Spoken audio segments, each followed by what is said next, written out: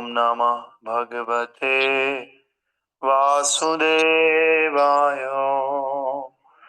नारायणं नमस्कृत्यं नरं चैव नरोत्तमं देवीं सरस्वतीं व्यासं ततो जयमुदीरये। नष्टप्रायेष्वभद्रेषु नित्यं भागवत सेवयां भगवते उत्तमश्लोके भक्तिर्भवति नैष्ठकी। कृष्णाय वासुदेवाय देवकी नन्दनाय च नन्दगोपकुमाराय श्रीगोविन्दाय नमो नमः। मूकं करोति वाचालं पङ्गुं लङ्घायते गिरिं यत्कृपां तम् अहं वन्दे श्रीगुरो दीनतारिणम्। श्रीपरमानन्दमाधवं श्रीकृष्णचैतन्य ईश्वरं गुरुवे गौरचन्द्राय राधिकाय तदालये कृष्णाय कृष्णभक्ताय तद्भक्ताय नमो नमः। नमः ॐ विष्णुपादाय कृष्णपृष्ठाय भूतले श्रीमते भक्तिवेदान्त गोस्वामिने इति नामिने। नमस्ते सरस्वते देवे गौरवाणी प्रचारिणे निर्विशेष शून्यवादी पाश्चात्य देशतारिणे। जय श्री कृष्ण चैतन्य प्रभु नित्यानंद श्री अद्वैत गदाधर श्रीवासादि गौरभक्त वृंद। हरे कृष्णा कृष्णा कृष्णा हरे हरे, हरे राम राम राम हरे हरे। नमो पंकजनाभाय नमो पंकजमालिने नमो पंकजनेत्राय नमस्ते पंकजाग्रये। जयतां सुरतो पंगो मम मंदमते गति मत सर्वस्वपदाम्बोजो राधा मदन मोहनो।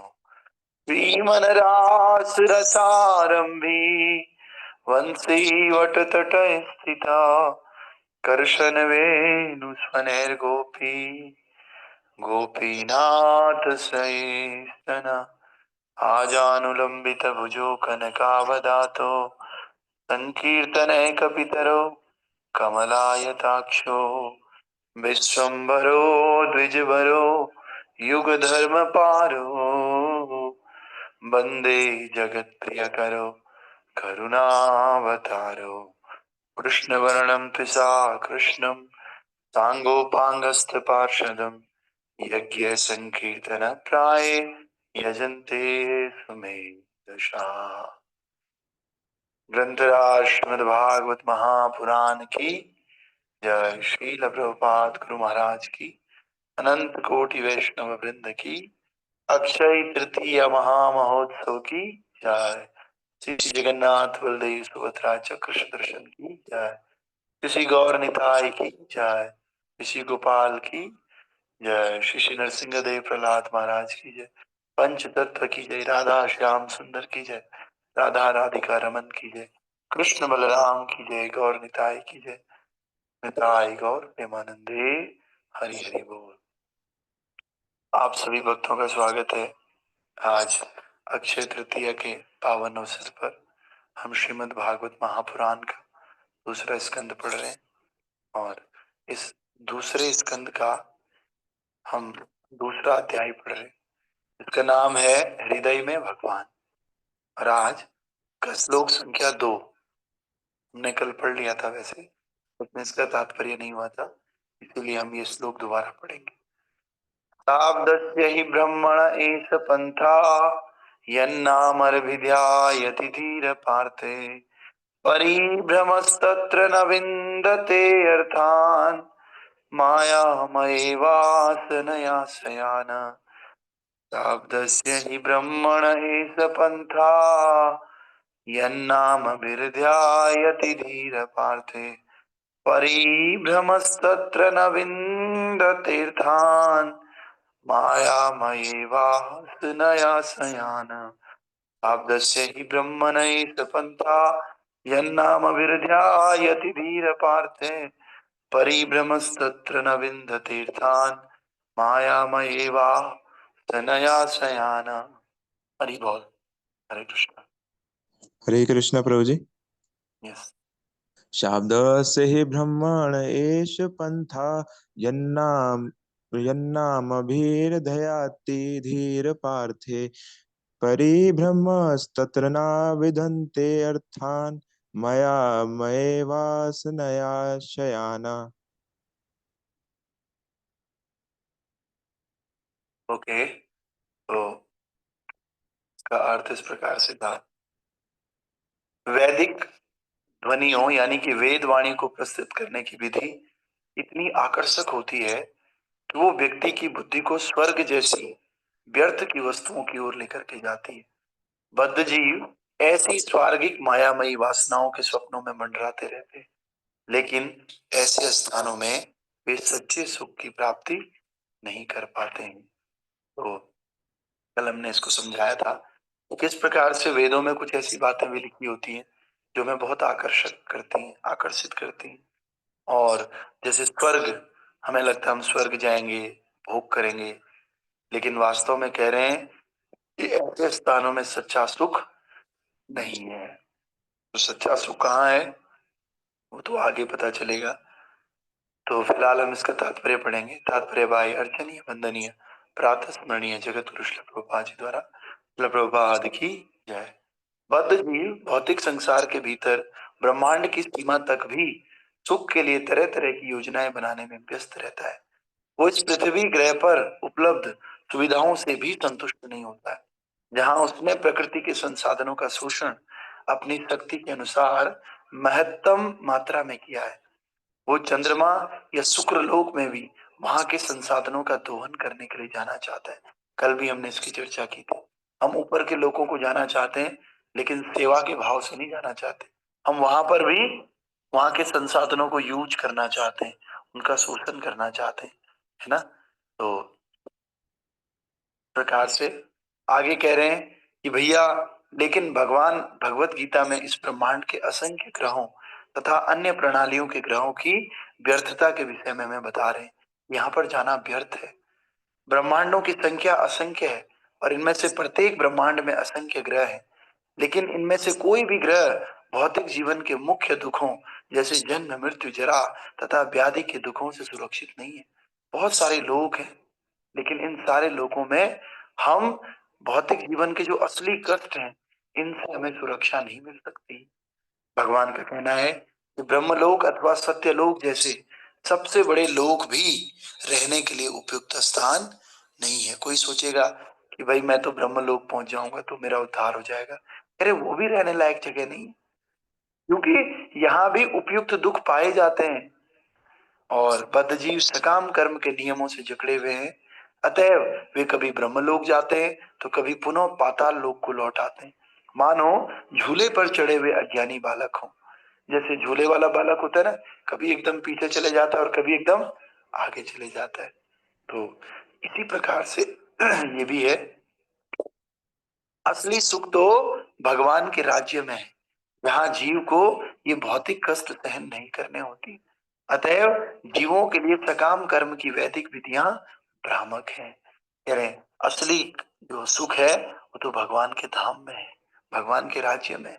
अतएव मनुष्य इस देश में या अन्यत्र, इस लोक में या दूसरे लोक में श्रेष्ठतर जीवन की कल्पना करता है, किंतु भौतिक विश्व में कहीं भी उसकी मौलिक इच्छा की पूर्ति, सच्चिदानंद रूप जीवन की पूर्ति नहीं हो पाती है। तो आपने देखा होगा कभी कभी, जैसे ये हमारा माइक ही खराब है, कभी कभी थोड़ी देर तक ये ठीक चलने लगता है और हमें लगता है कि हाँ कितना सुख है, कितना बढ़िया है ये माइक, लेकिन थोड़ी थोड़ी देर बाद ये फिर से खराब होने लगता है। ऐसे ही हमारे हेल्थ के विषय में भी है। इसी प्रकार से हमारा संसार में जो काम धंधा चलता है, इन सब के विषय में एक ही बात है कि समय समय पर ये खराब होता रहता है, ये परमानेंटली कभी भी ठीक नहीं होता है। इसी प्रकार से इस भौतिक संसार में सबसे बड़ा लोक है ब्रह्मलोक, सत्यलोक, स्वर्ग से भी ऊपर है। लेकिन वहां से भी आदमी को नीचे पाताल में आना पड़ सकता है। तो इसीलिए वहां जाकर के भी हम ये नहीं कह सकते कि हम लोग अब सारे दुखों से मुक्त हो चुके। हाँ, जब तक सत्यलोक में रह रहे हैं थोड़ी देर के लिए, तब तक वहां हो सकता है इतने कष्ट ना हो, लेकिन वहां से नीचे तो आना पड़ेगा ना, क्योंकि यद गत्वा न निवर्तन्ते तद धामो परमम मम तो है नहीं सत्यलोक, स्वर्ग भी वैसा नहीं।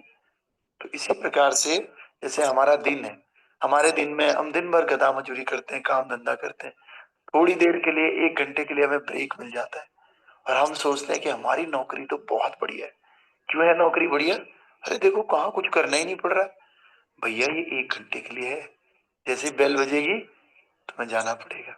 ऐसे स्कूल में भी होता है, बच्चे 20 मिनट का ब्रेक होता है, वो सोचते हैं हम आजाद हो, लेकिन बेचारों को ये ध्यान नहीं है अभी बेल बज जाएगी, फिर से उनको क्लास में जाना पड़ेगा, गर्मी झेलनी पड़ेगी। ठीक है, तो इसी प्रकार से यहाँ पर भी है। इसलिए कह रहे हैं कि शाश्वत सुख तो केवल भगवान के राज्य में है और कहीं पर भी नहीं।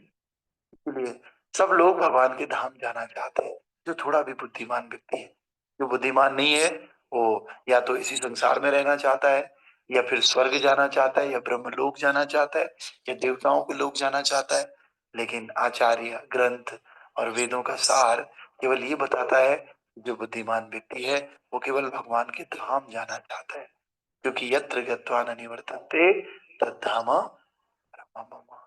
कि वहां से जाकर के दोबारा आपको जन्म मृत्यु जरा व्याधि के चक्र में वापस नहीं आना पड़ता है।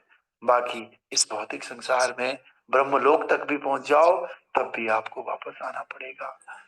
एक चींटी हो सकता है, एक चींटी थी, वो ब्रह्मा जी रही होंगी और उसका पतन हो गया और वो कहाँ गिर गई? संसार में आ गई और वो चींटी बन गई। तो इसीलिए इस भौतिक संसार में तब तक हमारी कोई सिक्योरिटी नहीं है जब तक हम भगवान के हाथों में अपने जीवन की डोरी नहीं सौंप देते। इसलिए हम सबको अगर सुरक्षित रहना है तो one thing we have to do, we have surrender unto the lotus feet of Krishna. अपने हाथ की डोरी, अपनी डोरी भगवान के हाथ में देनी। क्या बोलना है? दीन बंधु दीनानाथ मेरी डोरी तेरे हाथ, दीन बंधु दीनानाथ मेरी डोरी तेरे हाथ।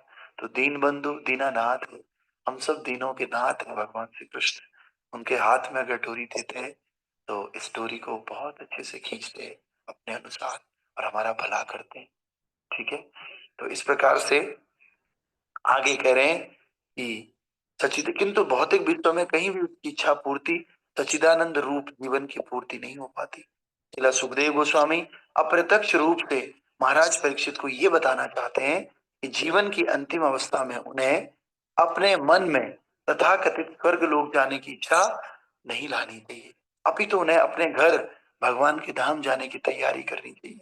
न तो कोई भौतिक ग्रह शाश्वत है, न वहां पर उपलब्ध जीवन की सुविधाएं ही शाश्वत है। अतएव उनसे प्राप्त होने वाले क्षणिक सुख को भोगने के लिए वास्तविक विरक्ति ही दिखानी चाहिए। अरे स्वर्ग भी शाश्वत नहीं है, स्वर्ग का भी प्रलय हो जाता है। जब प्रलय हो जाता है तो सारे देवी देवताओं के लोक, ब्रह्म लोक तब खत्म हो जाता है। बस आध्यात्मिक लोक बचे रहते हैं, बैकुंठ बचा रहता है। इसलिए बैकुंठ का नाम बैकुंठ है, क्योंकि कितना ही बड़ा प्रलय हो जाए बैकुंठ पे कोई असर नहीं होता है। इसलिए अपने आप को सिक्योर करना चाहिए। जैसे इस संसार में हम ऐसी जगह जाते हैं, इधर आप इधर नदी के पास चले जाओ, धुतली के पास, तो वहां पे लोग जब जाते हैं मकान बनाते हैं तो नदी से कुछ स्थान छोड़ करके बनाते हैं, क्योंकि अभी तो वो सूखा लग रहा है, जैसी बरसात आएगी एक वेडिंग पॉइंट है वहां पर, वो बार बार बहता रहता है, वो फिर बनाता है, वो फिर बहता है इस प्रकार से। तो हम लोग जब इस संसार में अपने लिए सुरक्षित जगह ढूंढते हैं तो क्यों ना परमानेंटली हम सुरक्षित लोग अपने लिए ढूंढे। और सुरक्षित लोग केवल भगवान के चरण कमल, भगवान का धाम है, बस। दूसरा सुरक्षा कहीं हमें है नहीं। इसीलिए भजहु रे मना श्रीनंद नंदन अभय चरणारविंद, दुर्लभ मानव जन्म सत्संगे दुर्लभ मानव जन्म सत्संगे, तरहूँ रे भव सिंधु रे, तरहूँ रे भव सिंधु रे, भजहूँ रे मन नंदन, आवय चरणारविंद। भगवान श्री कृष्ण अभय प्रदान करने वाले हैं, वास्तव में सिक्योरिटी प्रदान करने वाले हैं। इसलिए भगवान श्री कृष्ण की शरण हम सबको लेनी है। तो ग्रंथराज श्रीमद् भागवतम का हमने ये दूसरे स्कंद का दूसरे अध्याय का दूसरा श्लोक खत्म किया। कल हम तीसरा पढ़ेंगे। और आज आप सब लोगों को पता है बहुत ही ऑस्पिशियस दिन है। आज अक्षय तृतीया है, और अक्षय तृतीया का मतलब है, अक्षय मीन्स जिसका क्षय नहीं होता है। तो आज के दिन जो भी काम हम करते हैं ना, उस काम का क्षय नहीं होता है। जैसे हमने भजन कर दिया, किसी को दान दिया, और कभी कभी क्या होता है, जो दान पुण्य हम करते हैं तो हमारे पाप कर्मों के कारण या हमारे अपराधों के कारण वो दान पुण्य खत्म हो जाता है। जैसे आप जगन्नाथपुरी जाओगे तो जगन्नाथपुरी में एक यमराज की सीढ़ी, यमराज का पत्थर है, यम शिला बोलते हैं उसको, यमराज जी का पत्थर, उसमें अगर पैर रख दिया तो आपने जो भी दान पुण्य सब किया वो सब खत्म हो जाता है। लेकिन आज का जो दिन है, इस दिन आप जो भजन करोगे, इस दिन आप जो दान पुण्य करोगे, ये कभी क्षय नहीं होता है। आप कुछ भी कर लो, ये आपके साथ जाएगा, बना रहेगा। इसलिए हमें आज के दिन बहुत अच्छे से खूब भजन करना चाहिए। बहुत सारे लोग हैं जो आज के दिन ही क्लास में नहीं आए, बताओ कैसे? अक्षय के दिन ही नहीं आए। तो आज की बहुत सारी महिमाएं हैं, इसकी डिटेल क्लास हम शाम को करेंगे आज 7:30 बजे। आप सब लोग प्रयास कीजिए आने का। तो इसमें विशेष रूप से कम 20-25 चीजें हैं जो आज के दिन हुई हैं। 21 चीजें हैं शायद, आई डोंट नो, जितना जितना याद आएगा आई विल टेल यू। तो सबसे पहले तो आज के दिन गंगा जी का प्राकट्य हुआ था। गंगा जी धरती पर आई थी, और आज के दिन ही कृष्ण और सुदामा का मिलन होता है ना। और आज के दिन जो है, जो कुबेर है, कुबेर को खजांजी बनाया था। कुबेर जो है देवताओं के खजांजी है ना, खजांजी को क्या बोलते हैं? कोषाध्यक्ष। हाँ, धन रखते हैं। और आज के दिन जो है जगन्नाथ जी का रथ वो बनना तैयार होता है, क्योंकि रथ यात्रा आएगी जून में, 2 महीने बाद। तो जो रथ है वो आज के दिन तैयार होता है। जगन्नाथ, बलदेव, सुभद्रा, तीनों का अलग अलग रथ बनता है। जैसे अन्य शहरों में रथ यात्रा होती है, उसमें एक ही रथ में तीनों को बिठाते हैं। जगन्नाथपुरी में 3 अलग अलग रथ बनते हैं, और हर साल नया रथ बनता है। तो उसकी शुरुआत आज से होती है। और आज के दिन श्रील व्यास देव जी ने महाभारत को लिखना शुरू किया था। गणेश जी ने लिखा और व्यास देव जी ने बोला था। और आज के दिन से जो है भगवान बद्रीनाथ जी के दर्शन शुरू होते हैं। भगवान बद्रीनाथ जी के कपाट खुलते हैं। आप सब लोग इन पॉइंट्स को याद कीजिए। शाम को जो क्लास में आएगा मैं इनको पहले पूछूंगा, पूछ करके फिर हम इसकी डिटेल महिमा बताएंगे। और आज के दिन ही भगवान श्री परशुराम जी का अपीयरेंस डे है। परशुराम जी का प्राकट्य भी आज के दिन हुआ। और गंगा जी का प्राकट्य तो हमने बता दिया। और जो द्रौपदी है, उनको अक्षय पात्र भी आज के दिन ही मिला है। अक्षय तृतीया के दिन अक्षय पात्र मिला है। और आप सबको पता है कि भाई अक्षय पात्र में जितना भी आप मर्जी खाओ आपको खाना मिलेगा। क्योंकि भीम को इतना खाना चाहिए था, तो सूर्य ने क्या किया कि भाई एक दान पात्र कर दिया, लो भाई ये पात्र ले लो, इसमें जितना भी खाओगे खाते रहोगे। लेकिन शर्त ये थी कि द्रौपदी अगर खा लेगी उसके बाद इसमें कुछ नहीं निकलेगा। तो इसलिए सबको खिला करके द्रौपदी को खिलाती, है ना। तो आज भी त्रेता युग का भी स्टार्टिंग डे आज है। और भी चीजें, जैसे आज के दिन बसंत ऋतु खत्म होती है और ग्रीष्म ऋतु का प्राकट्य होता है। इसीलिए आज के दिन से भगवान को चंदन लगाते हैं। चंदन यात्रा शुरू होती है 21 दिनों तक, क्योंकि गर्मी शुरू हो गई है। और गर्मी से राहत देने के लिए, ठंड देने के लिए, तो भगवान को ठंडा चंदन लगाया जाता है। क्योंकि चंदन ठंडा होता है और खुशबू भी प्रदान करता है, तो भगवान को फ्रेग्रेंस भी मिलती है और साथ ही साथ ठंडक भी मिलती है। और आज के दिन अभी आपने तुलसी जल दान की महिमा सुनी थी। तुलसी जलदान आज के दिन खत्म हो जाता है, आज लास्ट दिन होता है उसका, तुलसी जलदान का। ऐसी बहुत सारी चीजें हैं। चंदन यात्रा विशेष रूप से इस्कॉन में और हमारे गौड़ीय संप्रदाय में चंदन यात्रा का बहुत महत्व है। ठाकुर जी को आज चंदन चढ़ाया जाता है। तो इसकी कथा हम शाम को बताएंगे, कैसे माधवेंद्रपुरी के साथ पास टाइम था, कैसे माधवेंद्रपुरी चंदन लेने जाते हैं और साउथ में, और वहां से फिर आते हैं, और कैसे भगवान को चंदन लगाया जाता है। रेमुना क्या है, तीर चोरा गोपीनाथ क्या है, ये सब स्टोरी हम आपको बताएंगे। कैसे गोपाल जी का प्राकट्य हुआ था, स्टोरी हम आपको शाम को बताएंगे। ठीक है, फिलहाल इतना है कि आज के दिन एक और घटना है। बांके बिहारी जी के चरण दर्शन आज के दिन होते हैं। और दिन बांके बिहारी जी के चरण दिखाई नहीं जाते हैं, आज के दिन बांके बिहारी जी के चरण दर्शन होता है, अक्षय तृतीया के दिन, है ना। और इसके अलावा आज के दिन पवित्र नदियों में स्नान का बड़ा फल है। हमें गंगा में, यमुना में, इन सब में स्नान करना चाहिए, क्योंकि उनका आविर्भाव दिवस है आज। और दूसरा क्या है, अन्नदान की भी महिमा है, यानी कि कुछ भी करने की महिमा है आज। आज सबसे ज्यादा आप भक्ति करते हो, भजन करते हो, भगवान को प्रसन्न करते हो, इसकी बड़ी महिमा है। तो इसलिए आज के दिन हमको क्या करना है, अपनी भक्ति में थोड़ा सा और एडिशन करना है, ज्यादा भक्ति करनी है आज। क्यों? क्योंकि आज का जो भक्ति है वो कभी क्षय नहीं होगा। और दिन का क्षय वैसे तो कभी भी नहीं होता, लेकिन कुछ कुछ चीजें ऐसे हैं जिनसे नष्ट हो जाते हैं अपराधों से। तो आज का जो है ये अक्षय है, भगवान ने जो है इसको अक्षय बनाया है। तो आप सब भक्तों का स्वागत है, धन्यवाद है। आप सब भक्त शाम को आइए, और भी आज ज्यादा से ज्यादा हियरिंग कीजिए। कुछ नहीं हो रहा तो लेक्चर सुनिए अक्षय तृतीया के ऊपर, भगवान के पास टाइम्स के ऊपर, चंदन यात्रा के ऊपर। जिन लोगों को पता है कि वो शाम को 7:30 बजे नहीं आ पाएंगे किसी भी कीमत पे, तो वो इतना कर लें, यूट्यूब पे सर्च करें चंदन यात्रा इस्कॉन लेक्चर, और सुन लें इस लेक्चर को अच्छे से, किसी भी भक्त का। ठीक है, इस प्रकार से। और बाकी खूब नाम जप करें आज। जो 16 करता है वो 18, 20, 22, 25 करें। और अपने जो पुण्य कर्म है, अपनी भक्ति है, उनको आज के दिन अक्षय बनाएं। ग्रंथराज श्रीमद् भागवत महापुराण की, श्रील जय प्रभुपाद महाराज की जय, अनंत कोटि वैष्णव वृंद की जय, नमाचार्य श्री हरिदास ठाकुर की जय। श्री श्री अक्षय तृतीय महामहोत्सव की, माधवेंद्रपुरी पाद की, निताय गौर प्रेमानंदे, हरि हरि।